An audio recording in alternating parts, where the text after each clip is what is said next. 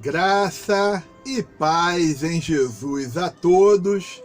Estamos aqui de volta em nossa segunda parte de nossa segunda aula de família cristã.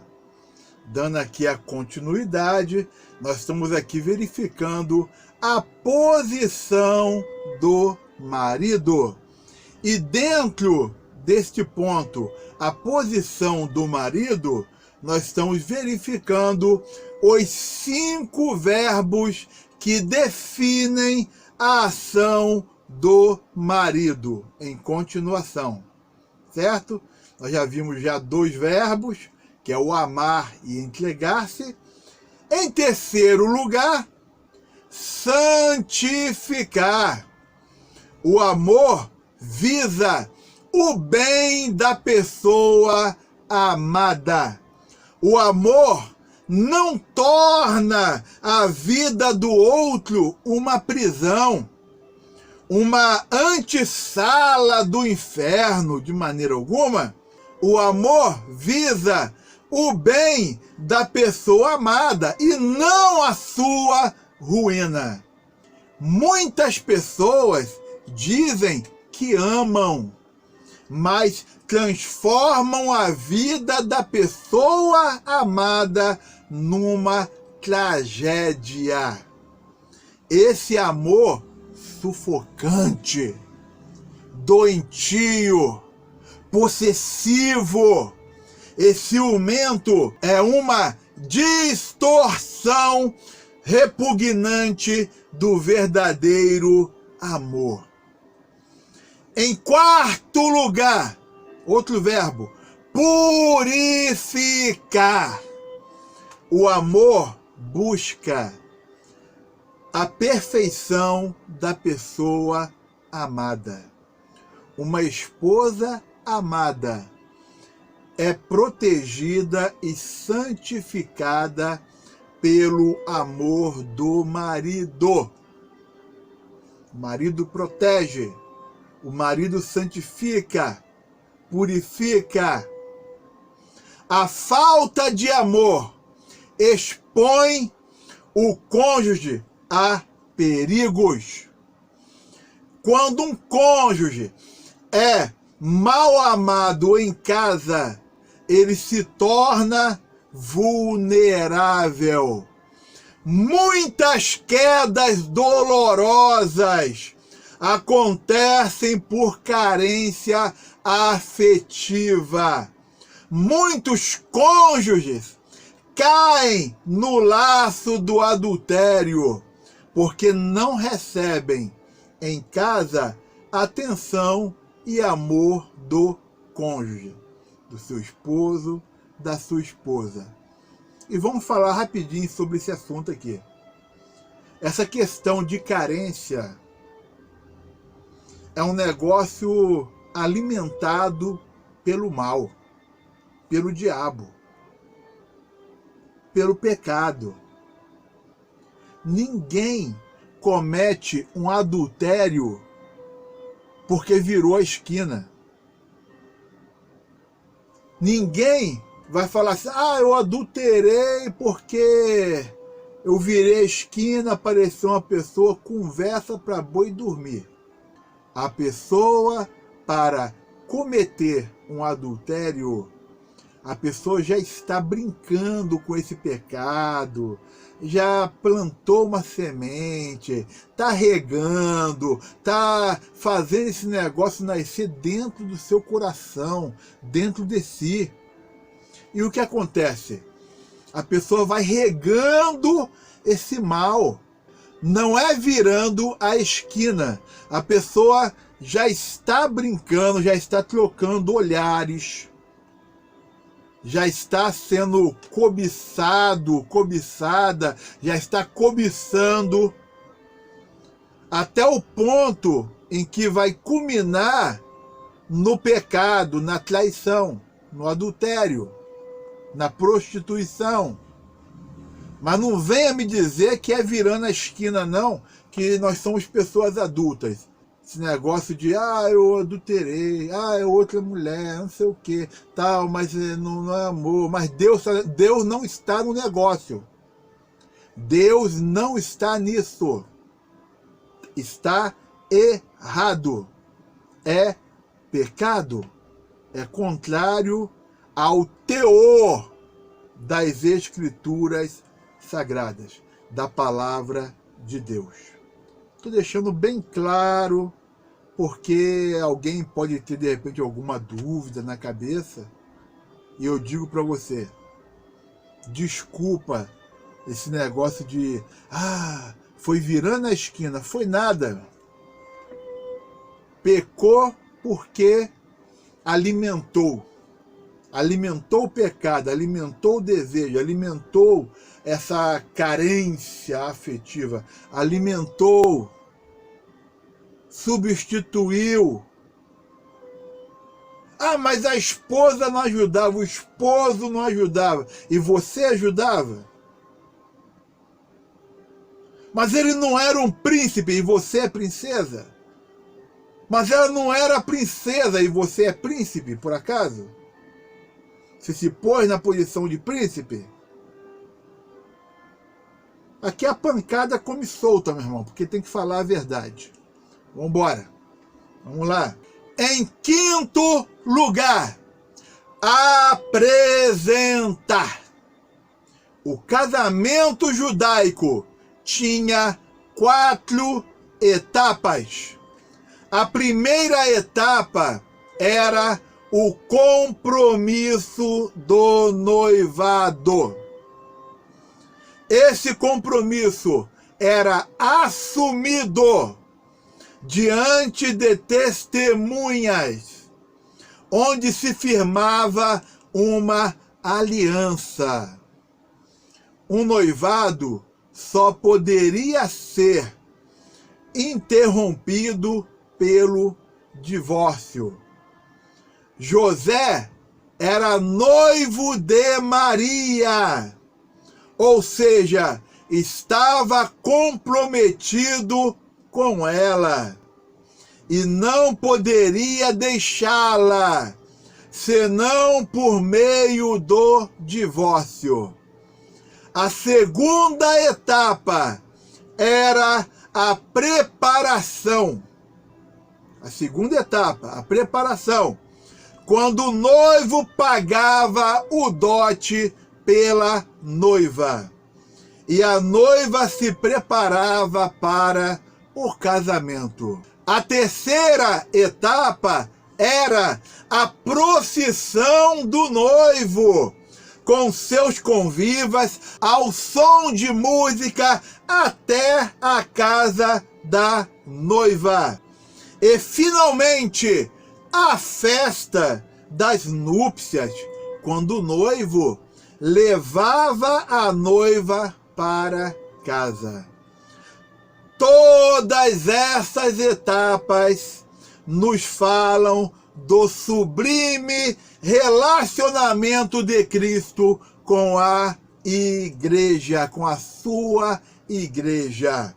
Cristo nos amou desde toda a eternidade. Ele pagou um alto preço por sua noiva, dando sua própria vida por ela.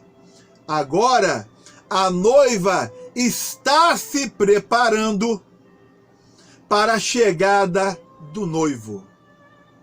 Em breve, o noivo virá ao som da trombeta, entre nuvens, acompanhado por séquito celestial, buscar a sua noiva, a igreja, o corpo de Cristo, a noiva do Cordeiro. Então, com o corpo glorificado, estaremos para sempre com Ele, na casa do Pai, numa festa que jamais terá fim. Amém? Glórias a Jesus por isso. Continuemos. O marido, ele deve cuidar da vida espiritual da esposa. Que isso, pastor? É isso mesmo. O marido deve cuidar da vida espiritual da esposa. Estamos afirmando. Daí a passagem bíblica. O marido é o responsável pela vida espiritual da esposa e dos filhos. Ele é o sacerdote do lar. O marido precisa buscar a santificação da esposa.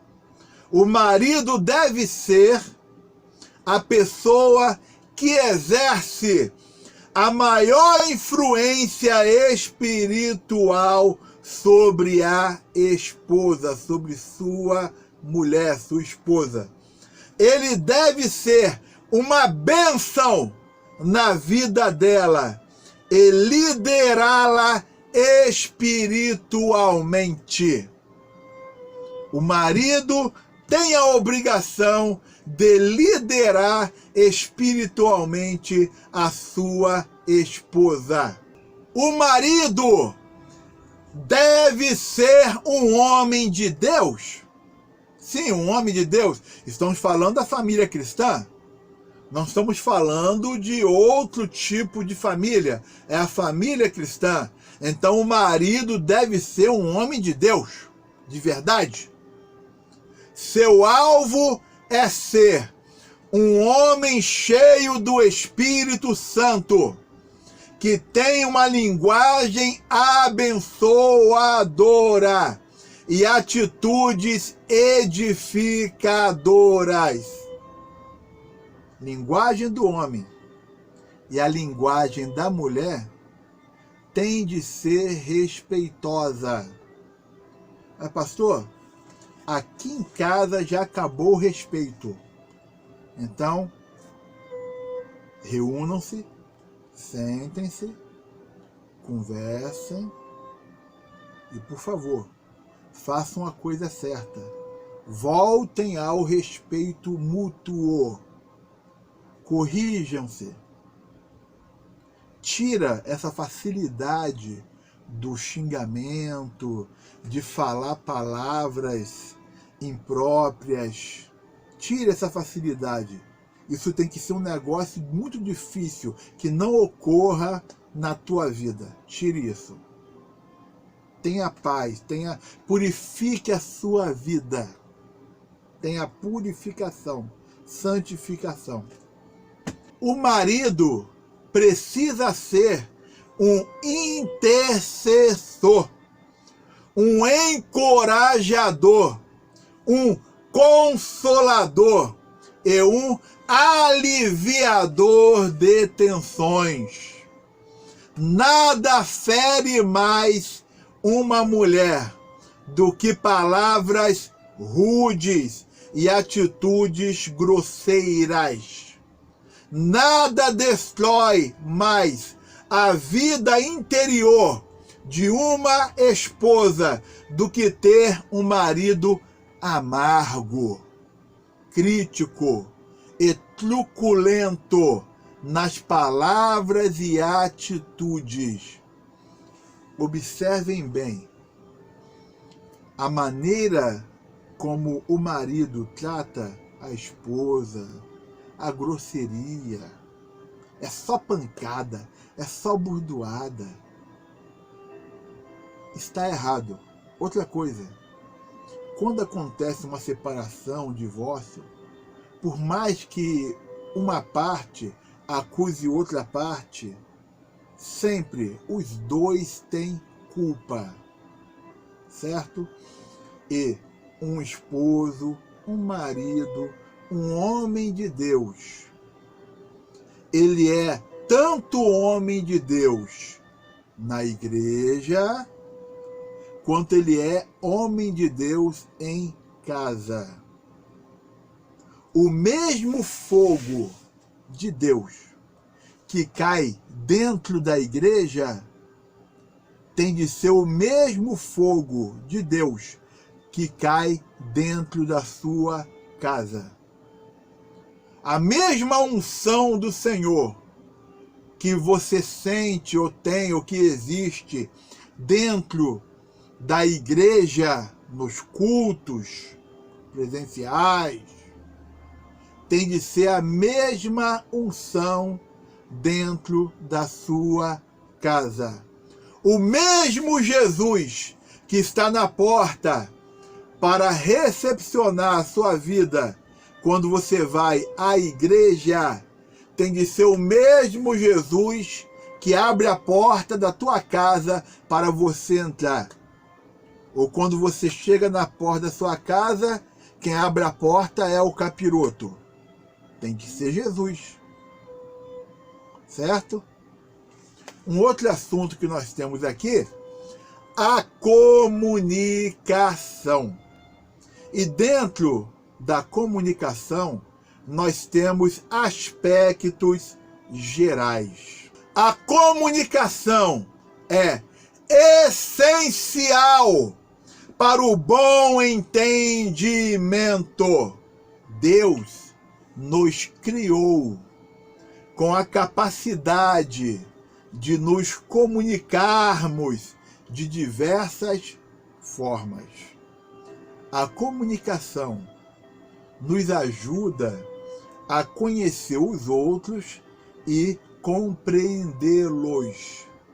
Entre os cônjuges deve haver uma comunicação real e transparente. Viver na luz e na verdade fornecerá bases sólidas na convivência. Estamos falando de viver na luz, transparência. Transparência. A compreensão e a empatia devem ser aplicadas para que o diálogo seja frutífero e sejam obtidos resultados positivos. Através do diálogo, resultados positivos. É necessário perceber as necessidades do outro e apoiar-se mutuamente. Estes são propósitos básicos do matrimônio. A correção, corrigir, faz parte da comunicação, porém algumas condições devem ser observadas. Quais são as condições a serem observadas? A correção não deve ser feita em público. Homem que corrige a esposa em público é um ignorante. Merece uma coça. Está errado. Não, porque eu sou homem. Homem o caramba, é grosso. Tem que aprender a ser homem, de verdade. A ser um esposo de verdade. Então, estão aí as condições. Começa. A correção não deve ser em público. Não deve ser evitada para evitarmos problemas.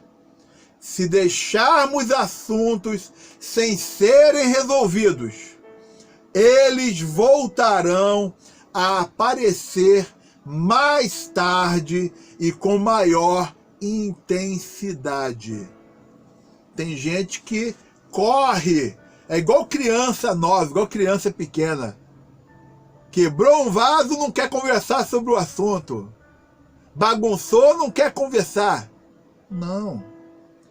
Tem de conversar e olhar olho no olho. Tem que ter atitude. Uma mulher de atitude, um homem de atitude, que reconhece os seus erros, que os assuntos delicados são conversados. Tem gente que corre dos assuntos, rapaz. Não dá para entender isso. É falta de maturidade. É um bloqueio psicológico que precisa ser corrigido na própria pessoa. É um bloqueio. Precisa ser corrigido. Vamos continuar. Também é necessário saber esperar o momento em que a tensão tiver diminuído para poder abordar com calma e objetividade os assuntos que devemos tratar sem temor. Então, não é no sangue quente. Agora que eu tô com a cabeça quente, sangue quente, eu vou tratar agora. Não. O certo é usar de sabedoria.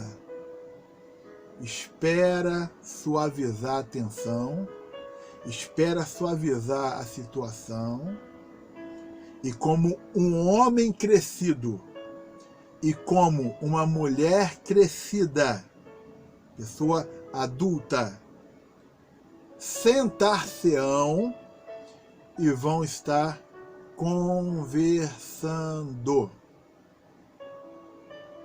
corrigindo a situação. Entendam isso. Com frequência, as nossas posturas parecem ser irreconciliáveis. Elas colocam em evidência as nossas diferenças e nós somos invadidos pela perturbação produzida. Devemos saber que, como somos diferentes, não somos iguais, encaramos as mesmas questões de forma diferente. O que não quer dizer, em primeiro lugar, que somos incompatíveis, mas que devemos nos complementar. Nos complementar. Precisamos aceitar as diferenças e não tentar impor nosso modelo ao outro. Devemos chegar a acordos quando as posturas forem opostas, cedendo algumas vezes e recebendo apoio às nossas e outras. Se somente quisermos impor as nossas razões, repetidamente chegaremos à tirania que oprime e destrói a confiança. Depois vai destruir a comunicação e com ela o lar. Pois é, temos bastante assunto ainda à frente. Vamos dar uma pausa nesse vídeo e vamos dar continuidade. Graça e paz em Jesus a todos.